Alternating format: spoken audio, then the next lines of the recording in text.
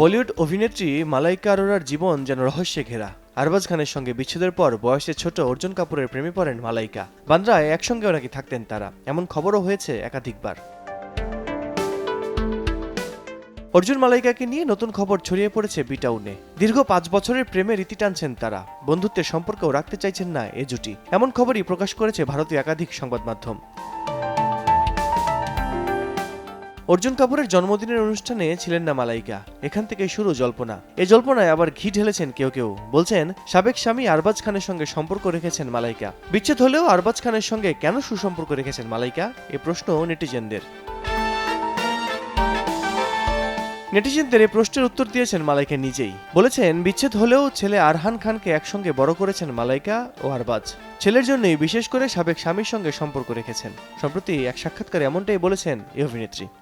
নগদের কাছে সব গ্রাহকই প্রিয়, তাই তো সারা দেশে ক্যাশ আউট চার্জ সবচেয়ে কম।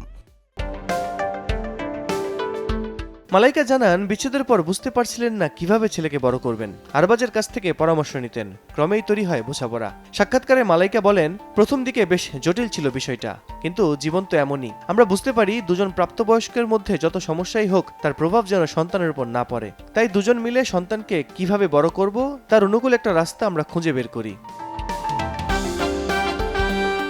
ছেলে সম্পর্কে মালাইকা বলেন, আমি চাইতাম আরহান যেন মানুষকে সম্মান করতে শেখে আর নিজের কাজ নিজে করতে শিখুক, যাতে ওর কোনো অসুবিধা না হয়। আমরা সবসময় ওকে শিখিয়েছি ওকে নিজের জায়গা নিজেই তৈরি করে নিতে হবে, যদিও আমরা সবসময় ওর পাশেই থাকব। মালাইকা আরোরা ও আরবাজ খানের একমাত্র সন্তান আরহান খান।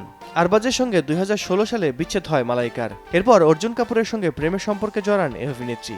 এবার এই সম্পর্ক কোন দিকে যায় সেটি দেখার অপেক্ষায় নেটিজেনরা। আল কাসির, সময় সংবাদ, ঢাকা।